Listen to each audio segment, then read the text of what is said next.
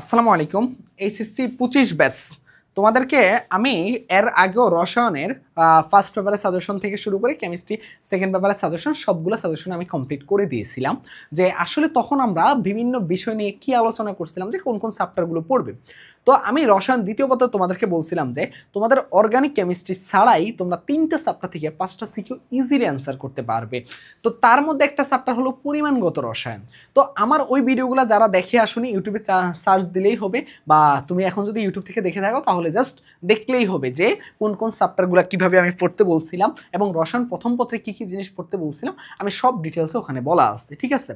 তো আমি আজকে পরিমাণগত রসায়নে দেখা যায় যে 5টা প্রশ্ন, জাস্ট 5টা প্রশ্ন আমি দিব আজকে। ওই 5টা প্রশ্ন থেকে তোমার 2টা সিকিউ নিশ্চিন্তে কমন হয়। ধরো একটা সিকিউর জন্য 3টা প্রশ্ন আর একটা সিকিউর জন্য 2টা প্রশ্ন, সব সময় ঘুরে ফিরে এই প্রশ্নগুলোই হয়।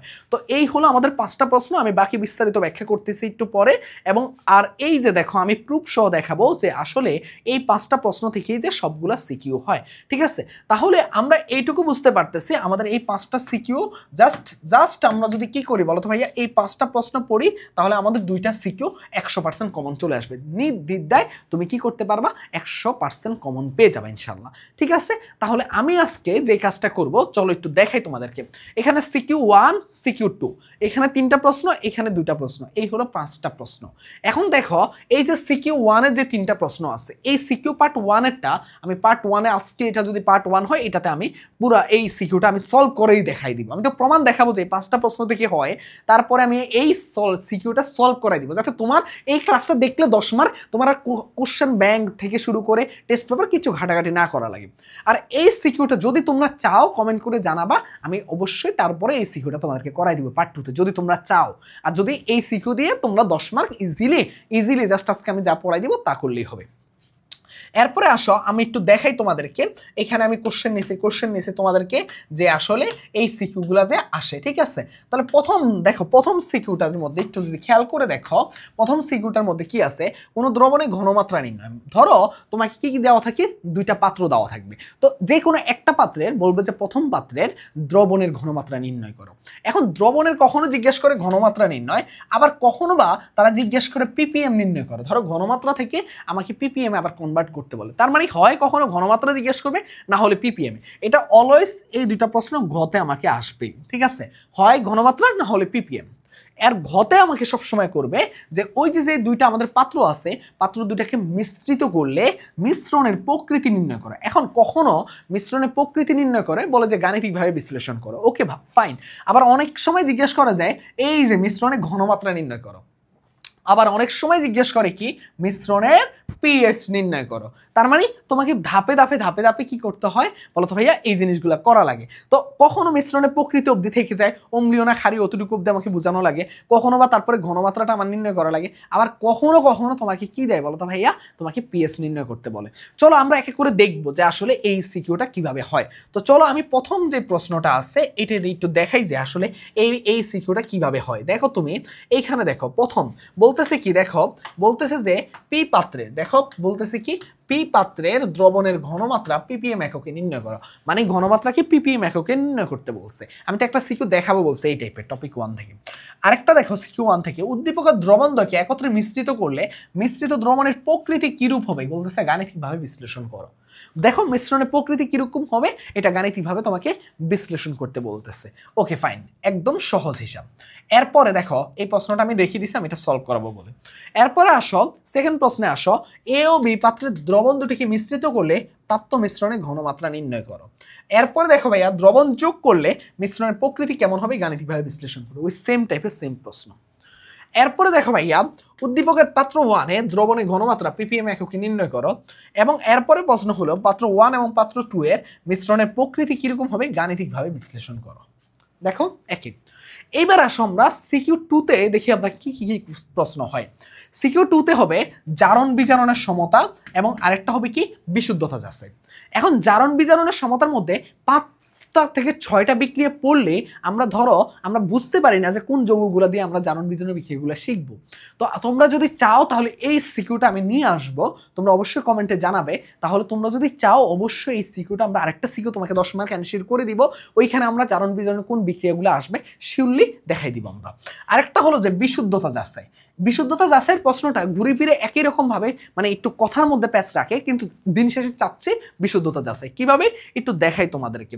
এই সিকিউটাতে আসো, বলতেছি কি দেখো যে উদ্দীপকের এই কোম্পানিতে ব্যবহৃত বিকৃত আয়ন ইলেকট্রন পদ্ধতিতে সমতা বিধান করো।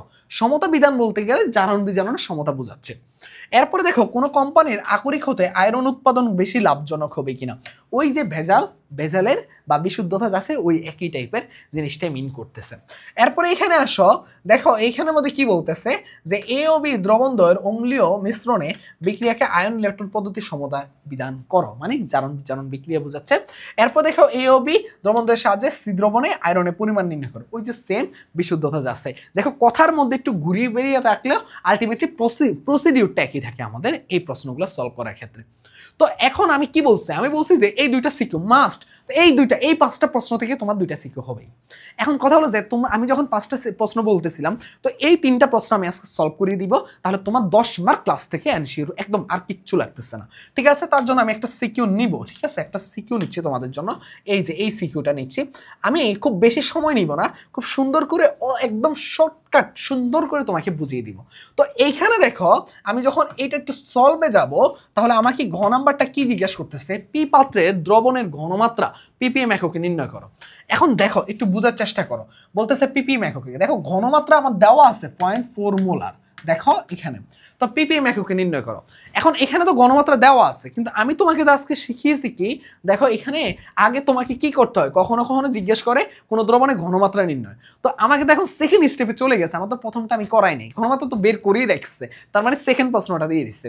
তাহলে প্রথম প্রশ্নটা কি করব, দেখো প্রথম প্রশ্নটা আমি তোমাদেরকে বোঝার সুবিধার্থে এইটা থেকে করাবো, পাত্র কিউ থেকে, যে এইটার ঘনমাত্রা কিভাবে বের করে। হয় এরকম দিয়ে রেখে ঘনমাত্রা জানতে চাই, আর না হলে এরকম থেকে পিপিএম জানতে চাই, আবার হয়তো এরকম থেকে পিপিএম জানতে চাই, তার মানে ঘনমাত্রা বের করে পিপিএম। বুঝতে পারতেছো তো কথাগুলো, মানে এটা থেকে হয় ঘনমাত্রা জানতে চাইবে, না হলে পিপিএম জানতে চাইবে, অথবা ঘনমাত্রা থেকে ডিরেক্ট পিপিএম জানতে চাইবে। ঘনমাত্রা থেকে ডিরেক্ট পিপিএম তো এখন করাচ্ছি, আর এটা থেকে ঘনমাত্রা জানতে চাইলে সেটা তো ঘনমাত্রা বের করবা, আর পিপিএম কিভাবে বের করবে ওটা শিখাবোই। তো চলো একটু করি আমরা। ভয়ের সলিউশনের মধ্যে আমরা একটু দেখি এখানের মধ্যে কি জানতে চাচ্ছি, যে এখানের মধ্যে আমার ঘনমাত্রা এস দেওয়া আছে কত, 0.4 মোলার। ঠিক আছে, এখন দেখো আমাদের এখানের মধ্যে সবসময় মনে রাখবা যে পিপিএম নির্ণয় করার সূত্র কি। তুমি মনে রাখবা যে এস এম ইন্টু 10 কিউব। এখন এস এম দ্বারা বোঝাচ্ছে যে, এস দ্বারা বোঝাচ্ছে ঘনমাত্রা, আর এম দ্বারা বোঝাচ্ছে আণবিক ভর। এখানে কে আছে, সালফিউরিক অ্যাসিড আছে। সালফিউরিক অ্যাসিডের আমাদের আণবিক ভরটা কত, আমরা সুন্দর করে এই আণবিক ভরটা বের করে দেখাবো।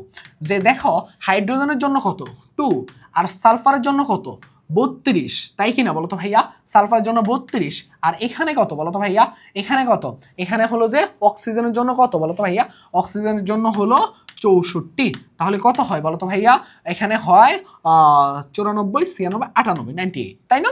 তো আণবিক ভর যদি 98 হয়, তাহলে একটু জাস্ট দেখো 0.4 ইন্টু 98 ইন্টু 1000। তাহলে এটা করলে আমরা একটু ক্যালকুলেটর দেখি কত আসে, আমরা একটু দেখলে আমরা বুঝতে পারবো। ঠিক আছে, একটু দেখলে আমরা বুঝতে পারবো। ওকে ক্যালকুলেটর হারাই ফেলছে। ওকে একটা মিনিট, পেয়ে গেছি। তো এখানে কত আছে, 0.498, 98, 0.498, আর কি আছে, ফোনে অনেক আবর্জনা আছে। ওকে দেখো ফোনটা একেবারে নতুন, হ্যাঁ ওকে দেখো এরপরে হলো 98 ইন্টু 1000, তাহলে কত আসতেছে 200 পিপিএম। ওকে ডান। ঠিক আছে, এইটা আমরা বের করে ফেলছি। এখন জিজ্ঞাসা করতেছে কি, ঘ নাম্বারটা কি বলতেছে। এই ঘতে যাওয়ার আগে আমরা বলি যে তাহলে ঘনমাত্রা জিজ্ঞেস করলে সেটা কিভাবে বের করব। যদি আমার একটু প্রশ্নটা একটু কি করতে বলো তো ভাইয়া, অল্টারনেটিভ ভাবে আমরা যদি একটু করতাম যে ঘনমাত্রা নির্ণয় করো ওইখান থেকে, তাহলে কি হইতো। আচ্ছা ঘনমাত্রা নির্ণয়ের আমাদের সূত্রটা সবসময় মনে রাখবা যে 1000W into divided by MV. এটা হলো আমাদের ঘনমাত্রা নির্ণয়ের ডিরেক্ট সূত্র, মনে রাখবা। ঠিক আছে, এই সূত্রটা মনে রাখবা। তাহলে এখানে দেখো এই যে এখানে কি আছে, পার্সেন্টেজ দেওয়া আছে 10%। এটা দ্বারা বোঝাচ্ছে কি জানো, এটা দ্বারা তোমাকে বোঝাচ্ছে যে ডাব্লিউ হলো 10 গ্রাম, আর এখানে ভি হলো দেখো 10% মানে 10/100, এইটা হলো বিটা হলো কি 100 মিলিলিটার। ঠিক আছে, তাহলে এখান থেকে জাস্ট এটা একটু বসাই দিলে, এখান থেকে বসাই দিলে আমার ইয়াটা কমপ্লিট হয়ে যায়। একটু দেখো আমি একটু বসাই দেই, তাহলে কি হয়, একটা জিরো কম আছে, 1000 ইন্টু ডাব্লিউ, ডাব্লিউটা কত আছে বলো তো ভাইয়া, এখানে আমরা 10 পেয়েছি, আর এমটা কত পেয়েছি, এমটা কিন্তু আমরা এই যে এটা কিন্তু আমরা এমটা জানি না, দেখো এমটা আমরা একটু বের করে ফেলি, এমটা বের করলে Na2CO3, এটার এমটা কি হবে বলো তো ভাইয়া, সোডিয়াম, সোডিয়ামের জন্য আমরা কত জানি 23 মানে 46, আর এখানে কার্বনের জন্য কত জানি 12, আর এখানে কত জানি 48, 48 60, আর এখানে 106। ঠিক আছে, তাহলে দেখো 106 ইন্টু কত, ভি এর মান 100, তো এটা আর এটা কাটাকাটি করলে 10 10 100, 100/106। দেখো এটা করলে যা হয়, আমি দেখি কত হয় এটা করলে, এটা করলে কত হয় আমরা একটু দেখি, 100/106, তাহলে এটা আসে 0.94 মোলার। তাহলে দেখো 0.94 আমরা মোলার। এখন এই যে এটা যে করছি না, এরকম ভাবে অনেক সময় ঘতে জিজ্ঞাসা করে যে ঘনমাত্রা নির্ণয় করো, তো এখানে তো এইটা থেকে জিজ্ঞাসা করছে, এটা থেকে আর জিজ্ঞাসা করেনি, তাও আমি করে দেখাইলাম। এখন যদি বলতো যে এই যে এইটা থেকে প্রশ্ন করতো যে কি পাত্র কিউ থেকে পিপিএম নির্ণয় করো, তাহলে পিপিএম বের করতে পারতা না, বলতো তুমি কিন্তু ঘনমাত্রা পেয়ে গেছো 0.94, আর তারপরে তো তুমি বাকিটা কি আমরা এসএম ইন্টু 1000 দিয়ে করলে হয়ে যায়। এখন এইটা গেল, আমি এই জিনিসটা আমার আসলে আরেকটা কাজে লাগবে। আমি এখন দেখো গত আমাদের ক্লিয়ার হয়ে গেছে, আমরা একটু ঘতে যাই। ঘয়ের প্রশ্নটা বলছে দ্রবণদ্বয়ের একত্রে মিশ্রিত করলে মিশ্রণের দ্রবণের প্রকৃতি কিরূপ হবে। ভাইয়া এই প্রশ্নগুলো না সব জায়গায় একই রকম ভাবে তোমার টেস্ট পেপারে সলভ করে থাকে। ঠিক আছে, টেস্ট পেপারে সলভ করে থাকে তোমাকে একই। ওকে, আমরা আসলে যেখানে ছিলাম কি, দেখো এই যে দ্রবণদ্বয়ের মিশ্রিত করলে, এখন আগে আমরা একটু দেখি পাত্র পিতে কি কি ছিল। পাত্র পিতে ছিল আমাদের যে জিনিসটা আমরা একটু আগে করছিলাম, যে সেটা কি কি ছিল, যে দেখো 35 মিলিলিটার, আর একটা কি ছিল 0.4 মোলার। ঠিক আছে, আর পাত্র কিউতে কি ছিল, পাত্র কিউতে ছিল আমরা কিন্তু এইটাকে মোলারে কনভার্ট করে নিছি। আমি এইটা তোমাকে গয়ের সুবিধার্থে দেখাইছি, কিন্তু এটা এখন আমার কাজে লাগতেছে।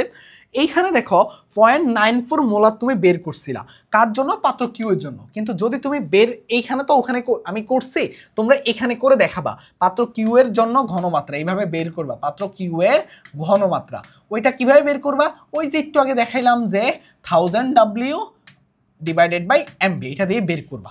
এটা দিয়ে বের করে তুমি এখানে লিখবা যে পাত্র কিউতে কি কি হয়েছে, 45 মিলিলিটার, আর কত মোলার ছিল দেখো ভাইয়া একটু আগে 0.94 মোলার। ঠিক আছে, এখন এইটাকে আমরা আসলে দেখো 1 মোলারে কনভার্ট করব। কিভাবে করব একটু দেখো, জাস্ট আমরা এইখানে কি আছে সালফিউরিক অ্যাসিডের ক্ষেত্রে, দেখো H2SO4 এর ক্ষেত্রে জাস্ট আমরা কি করব, এইখানে দেখো কি কি আসছিল 35 মিলিলিটার 0.4 মোলার। এইটাকে জাস্ট তোমার একটা সহজ নিয়ম, সব জায়গায় একইভাবে করতে পারবা। এটা সহজ নিয়মটা কি, এইটাকে গুণ করে দিবা। দেখি তো এটাকে গুণ করলে কত হয়, দেখো জাস্ট এটাকে কাজ কি গুণ করে দিবা, 35 গুণন 0.4, তার মানে কি এখানে লিখবা 14 মিলিলিটার 1 মোলার।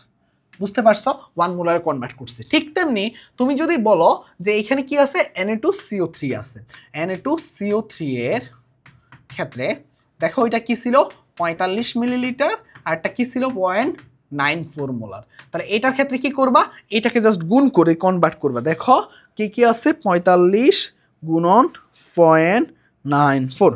ঠিক আছে, এটা করলে কি আসবে দেখো 42.3 মিলিলিটার 1 মোলার। ওকে, এবার আমরা একটা সমতা, যেহেতু আমাকে কি বলছে দেখো মিশ্রণের মিশ্রিত করলে আগে এদেরকে আমার মিশ্রিত করা লাগবে, তাহলে করি দেখি। আমি যদি একটু মিশ্রিত করতে চাই, একটু দেখো, তাহলে আমাকে কি করা লাগবে, এদেরকে সমতা করা লাগবে। যেমন ধরো H2SO4, আমি একটু এটা অন্য কালি ইউজ করি, H2SO4 প্লাস Na2CO3, এটাকে যদি আমি জাস্ট কি করবো বলো তো ভাইয়া, জাস্ট আমি যদি এটাকে কি করি মিশ্রিত করতে চাই, তাহলে কি হবে Na2SO4 plus carbon dioxide plus পানি। ওকে, খুব ভালো কথা। এখানে দেখো জাস্ট সহজ, Na2SO4 কার্বন ডাইঅক্সাইডকে আর পানিকে আলাদা করতে পারছি। এখন খেয়াল করে দেখো তোমার এখানে সমতা থেকে তুমি কি দেখলা, দেখো 1 মোল H2SO4 এর জন্য তোমার কয় মোল লাগছে বলো তো সমতাতে, বলো তো 1 মোল। দেখো এখানেও 1 মোল, এখানেও 1 মোল, তাহলে 1 মোল Na2CO3 লাগছে। এখন দেখো 1 মোল H2SO4 কি ছিল বলো তো ভাইয়া 14 মিলিলিটার 1 মোলার, তাই না বলো তো ভাইয়া 14 মিলিলিটার 1 মোলার কি ছিল H2SO4। তাহলে ঠিক একইভাবে এটাও যখন 1 মোল সেম ইকুয়াল হচ্ছে তাহলে আমাকে কি বলা লাগবে 14 মিলিলিটার 1 মোলার কি ছিল বলো তো ভাইয়া Na2CO3। এখানে দেখো কিন্তু দেখো এই 14 মিলিলিটার 1 মোলার এই সালফিউরিক অ্যাসিড তো শেষ হয়ে গেছে, তাহলে এখন দেখো এইখানে আমাদের Na2CO3 কতটুকু ইউজ হয়েছে বলো তো আমাদের 14 মিলিলিটার ইউজ হয়েছে, কিন্তু আমাদের তো এখানে আসছিল কত দেখো 42.3 মিলিলিটার, তাহলে অবশিষ্ট কে আছে বলো তো ভাইয়া এই আমাদের ক্ষারটা অবশিষ্ট আছে। তার মানে অবশিষ্ট পরিমাণটা বলো কত 42.3 মাইনাস 14 মিলিলিটার। সব কনসেপ্ট সব সময় তোমাকে কি করতে হবে একটা পাত্রের এই যে এখানের মধ্যে তোমাকে কি করতে হবে ঘনমাত্রাটা সব সময় বের করে রাখা লাগবে, তারপর তোমাকে 1 মোলারে কনভার্ট করা লাগবে, 1 মোলারে কনভার্ট করে দেখবা যে কোনটা আসলে অবশিষ্ট থাকে। এইভাবে আমরা কি করব আমরা এই যে সমতার মাধ্যমে এই জিনিসটা নির্ণয় করব। যখন আমরা অবশিষ্টটা পেয়ে যাব দেখি তো এখানে কত অবশিষ্ট থাকে, এখানে কত অবশিষ্ট থাকে একটু আমরা দেখি 42.3 মাইনাস 14, তাহলে অবশিষ্ট থাকে 28.3 মিলিলিটার। ওকে ফাইন, ওকে অবশিষ্টটা আমরা পেয়ে গেছি। এখন অবশিষ্টটা যখন আমরা পেয়ে গেছি এটা কে ছিল বলতো ভাইয়া অবশিষ্টটা কে হইলো এটা হলো ক্ষার, এটা হলো কি ক্ষার। যদি ক্ষার হয় তাহলে বলতো মিশ্রিত দ্রবণের প্রকৃতি কেমন হবে একটু বলতো ভাইয়া মিশ্রিত দ্রবণের তোমার প্রকৃতি কেমন হবে। মিশ্রিত দ্রবণের প্রকৃতি সব সময় এইভাবে করবা, তোমাকে একদম 4 দিতে বাধ্য তোমার স্যার, ঠিক আছে। মিশ্রিত দ্রবণের প্রকৃতি, এখন মিশ্রিত দ্রবণের প্রকৃতি কি হবে বলতো ভাইয়া কে বেশি আছে ক্ষার, তার মানে মিশ্রিত দ্রবণের প্রকৃতি হবে ক্ষারীয়। আমি একটা কল ধরবো, ঠিক আছে ক্ষারীয়। ওকে আমরা এরপরে যেখানে ছিলাম আর কি মিশ্রিত দ্রবণে আমরা প্রকৃতি পেয়ে গেছি। যদি মিশ্রিত দ্রবণে আমরা প্রকৃতি পেয়ে যাই তাহলে এবার আমি কি বলছিলাম যে অনেক সময় তোমাকে পরীক্ষায় প্রশ্ন করে কি একটু খেয়াল করে দেখো ঘনমাত্রা নির্ণয় বলে প্রকৃতি নির্ণয় করে ঘনমাত্রা নির্ণয় করো, আবার অনেক সময় বলে যে পিএস নির্ণয় করো, তাহলে ঘনমাত্রা এবং পিএস আমাদের এক্সট্রা করে বের করতে মাঝে মাঝে বলে, তাহলে সেটাও আমরা একটু করে ফেলি, তাহলে আমাদের প্রশ্নে চাইনি কিন্তু আমরা এক্সট্রা করে ফেলতেছি, তাহলে আমাদের জন্য লাভ হবে। দেখো অবশিষ্ট কতটুকু আছে বলো তো অবশিষ্ট আমাদের আছে কতটুকু অবশিষ্ট আছে 28.3 মিলিলিটার আর কি আছিল 1 মোলার, তাই না। এই যে দেখো আমাদের 1 মোলারটা কি ছিল বলো তো ভাইয়া এই যে 1 মোলার Na2CO3। এখন যদি এটা হয় একটু খেয়াল করে বলো আমরা এটা কি মিশ্রণের কি হয়েছে বলো তো ভাইয়া মিশ্রণের দ্রবণে অবশিষ্ট আছে। এখন আমাকে জিজ্ঞেস করতেছে মিশ্রণের ঘনমাত্রাটা কত, তাই না। এখন আমি বলি আমরা কি জানি একটা বলো তো ভাইয়া V1S1 টাইট্রেশন পদ্ধতিতে V2S2, তাহলে এখান থেকে তুমি আমাকে বলো আমরা যেহেতু ঘনমাত্রা নির্ণয় করবো মিশ্রণের তাহলে এখানে বলো V1 এর মানটা কত আছে দেখো 28.3 V1 এটা উল্টা করে লিখছি বলে অনেকে হয়তো বা বুঝতে পারবে না, ঠিক আছে। একটু দেখো V2S2 ইকুয়াল টু V1S1, তাহলে এখান থেকে S2 ইকুয়াল টু কি লেখা যায় বলো তো V1S1 ডিভাইডেড বাই V2, তাহলে বলো S1 এখানে V1টা কত আছে 28.3 আর S1টা কত আছে 1 মোলার, আর এখানে B2 দেখো পাত্রের মধ্যে একটু খেয়াল করে দেখো দুইটা পাত্র যখন মিশ্রিত করছি তখন এদের কি হয়েছে বলো তো ভাইয়া এদের আয়তন কি এখন কি হয়েছে দুইটা যোগফল হয়ে যাবে না, এটা আছে 35 এটা আছে 45, কত হয় 35 আর 45 যোগ করলে যা হবে তাই হবে কি আমাদের এই মিশ্রণের V2, তার মানে 35 যোগ 45। এটা যদি ক্যালকুলেশন করি আমরা একটু ক্যালকুলেশনটা আমরা করি দেখি আমাদের কত আসে একটু